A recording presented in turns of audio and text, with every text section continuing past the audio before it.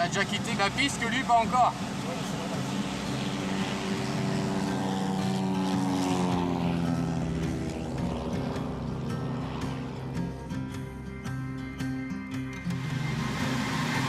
Tu vois, on est remorqué entre 115 et 130 km/h. Voilà, alors je vais larguer, je vais pas tarder à larguer. Ok. A priori ici on devrait pouvoir tenir en l'air s'il y a un petit peu de vent. Voilà. Ça y est, on a largué. On est largué, le bruit va diminuer, ça va être encore plus silencieux. Ah oui, c'est tout de suite le grand silence.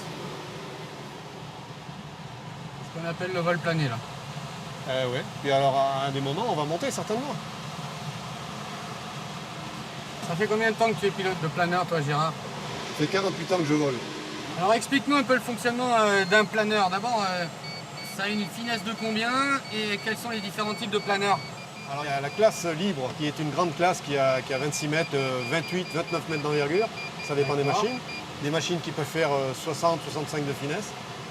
Après, tu as ce qu'on a à nous, c'est un biplace d'entraînement qui est également performant, il fait 40 de finesse à peu près. Alors la finesse, c'est l'altitude que tu perdrais, tu partirais à 1000 mètres sol, et bien tu mettrais 40 km avant de toucher le sol, en théorie.